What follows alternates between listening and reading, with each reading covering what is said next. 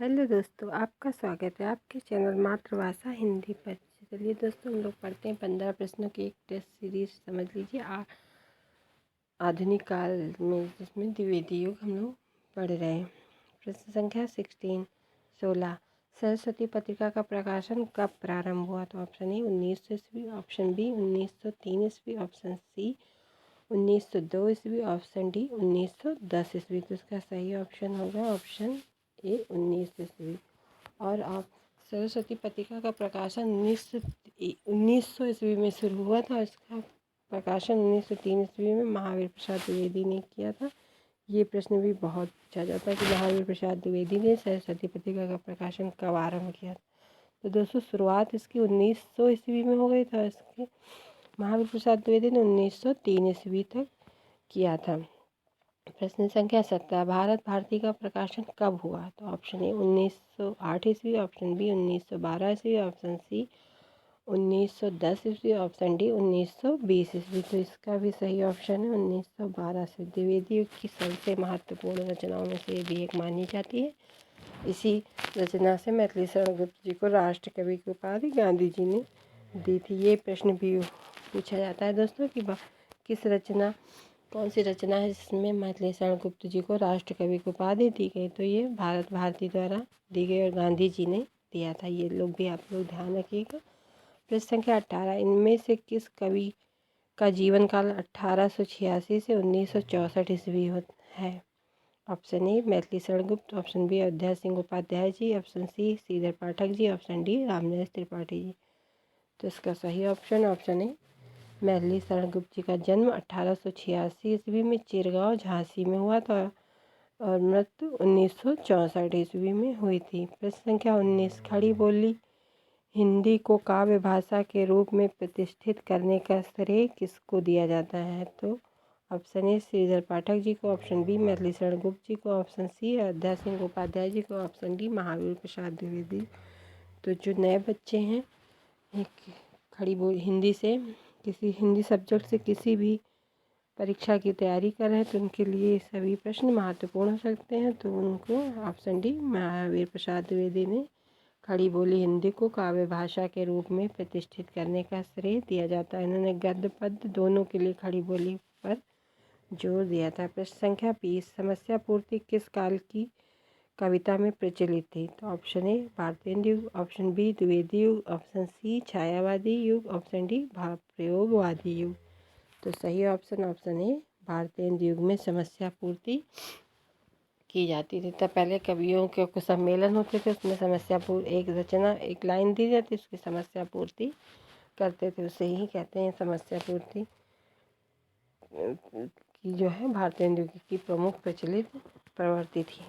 प्रश्न संख्या 21 किस कवि को एक भारतीय आत्मा उपनाम से जाना जाता? तो ऑप्शन ए रामनरेश त्रिपाठी जी को, ऑप्शन बी बालकृष्ण शर्मा नवीन जी को, ऑप्शन सी मैथिली शरण गुप्त, डी माखनलाल चतुर्वेदी। तो सबका ही गेस सबको पता होगा, ऑप्शन डी माखनलाल चतुर्वेदी जी को माना जाता है एक भारतीय आत्मा उपनाम से। प्रश्न संख्या 22 स्वदेशी कुंडल नामक काव्य संग्रह की रचना करने वाले कवि का नाम बताइए?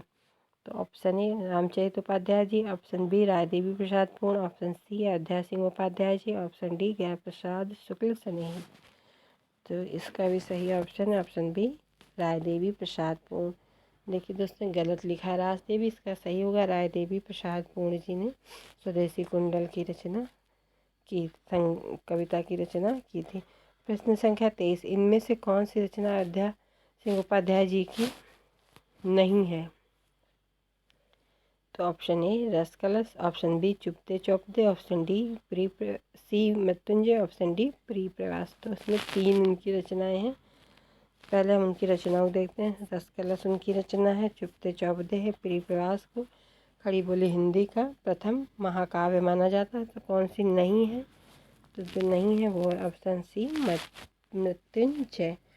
प्रश्न संख्या 24 इनमें से झांसी की रानी शीर्षक कविता के रचयिता का नाम बताइए? तो प्रश्न संख्या 24 में झांसी की रानी रचयिता का नाम option A Balkrishna Sharma Naveen, option B Makhanlal Chaturvedi, option C Subhadra Kumari Chauhan, option D Jagannath Prasad Milind ji. तो सही option option C Subhadra Kumari Chauhan. ये बहुत फेमस कविता है, 6 क्लास में शायद हम लोग टाइम पर थी। आप लोग बताइएगा ये किस क्लास। बुंदेले हर बोलो के मुँह हमने सुनी कहानी थी, खूब लड़ी मर्दानी वो तो झांसी वाली रानी थी। बहुत फेमस कविता है। प्रश्न संख्या 25, प्रभा और प्रताप नामक पत्रिकाओं का संपादन किसने किया है? तो ऑप्शन ए Siyaram Sharan Gupt, option B Balkrishna Sharma Naveen ji, option C Makhanlal Chaturvedi, option D Gaya Prasad Snehi Shukla ji. तो उसका दोस्तों सही ऑप्शन सी माखनलाल चतुर्वेदी जी ने प्रभा और प्रताप नामक पत्रिकाओं का संपादन किया है। प्रश्न संख्या 26, इनमें से कौन सी रचना दिनकर जी की है? कभी नहीं है कभी है। ये प्रश्नों में अक्सर दोस्तों प्रश्न गलत हो जाते हैं। तो A option A Rasvanti, option B Mukul, option C Rashmi Rekha, option D Pathey. तो सही जो है वो है रसवंती। रसवंती 1940 ईस्वी में दिनकर जी की रचना है। और जो रचना बची हैं उनके भी नाम बताते हैं।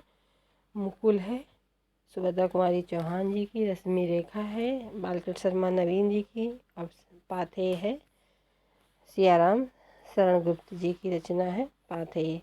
मुकुल सुभद्रा कुमारी चौहान, रश्मि रेखा बालकृष्ण शर्मा नवीन जी की है। और सही ऑप्शन है ऑप्शन दिनकर जी की जो है वो रसवंती है। प्रश्न संख्या 27, क्वासी के रचयिता कवि का नाम बताइए। तो ऑप्शन ए Maithili Sharan Gupt, option B Balkrishna Sharma Naveen, option C Makhanlal Chaturvedi, option D Ramdhari Singh Dinkar. तो उसका क्वासी आप लोग जान गए होंगे। सही option option B Balkrishna Sharma Naveen ji की है। प्रश्न संख्या 28, दिनकर जी ने काम अध्यात्म का निरूपण किस कृति में किया? देखो बिल्कुल नया प्रश्न लग रहा है। तो option A Renuka, option B Rashmi Rathi, option C Urvashi, option C Urvashi, option D Hare ko हरिनाम। देखो ये चारों ही रचनाएं दिनकर जी की हैं। तो इनका सही ऑप्शन है ऑप्शन सी उर्वशी दिनकर जी की रचना है, जिसमें काम अध्यात्म की समस्या का निरूपण किया गया। और दिनकर जी को इसी रचना पर 1961 में, दोस्तों सन मुझे याद नहीं, लेकिन जहाँ तक 1961 में इनको ज्ञानपीठ पुरस्कार भी इसी रचना पर मिला था। प्रश्न संख्या 29, निम्नलिखित सूचियों को सुमेलित कीजिए। देखिए मिलाते हैं हम लोग। कृति का नाम है हम विश्वव्यापी जन्म के, नंबर 2 दूसरी मौर्य विजय, 3 पंचवटी, चौथी है कुरुक्षेत्र। और इधर मिलाते हैं। Option A Dinkar ji, option B Maithili Sharan Gupt, option C Balkrishna Sharma Naveen, option D Siyaram Sharan Gupt. ये कृतिकार के नाम है और ये कृतियों के नाम है। तो चलिए मिलाते हैं। हम विश्वव्यापी जन्म के ऑप्शन सी बालकृष्ण शर्मा नवीन जी, मौर्य विजय सियाराम शरण गुप्त जी की, पंचवटी मैथिली शरण गुप्त जी की, कुरुक्षेत्र दिनकर जी। तो इसका सही ऑप्शन हो जाएगा, लेकिन इसमें ये गलत हो गया है, बी होना चाहिए, डी होना चाहिए, हो गया बी, यही सही ऑप्शन है। प्रश्न संख्या 30, हल्दी घाटी नामक प्रबंध काव्य के रचयिता का नाम बताइए। तो option A Sohanlal Dwivedi ji, option B Makhanlal Chaturvedi, option C Ramnaresh Tripathi, option D Shyamnarayan Pandey ji. तो सही option option D Shyamnarayan Pandey ji. Please दोस्तों अगर आपको मेरा ये प्रयास अच्छा लगा हो तो प्लीज़ लाइक करें, शेयर करें, सब्सक्राइब करें और मेरे चैनल को ज़्यादा से ज़्यादा सब्सक्राइब करें। और कोई भी अगर मेरी गलती हो तो प्लीज़ कमेंट करें। धन्यवाद।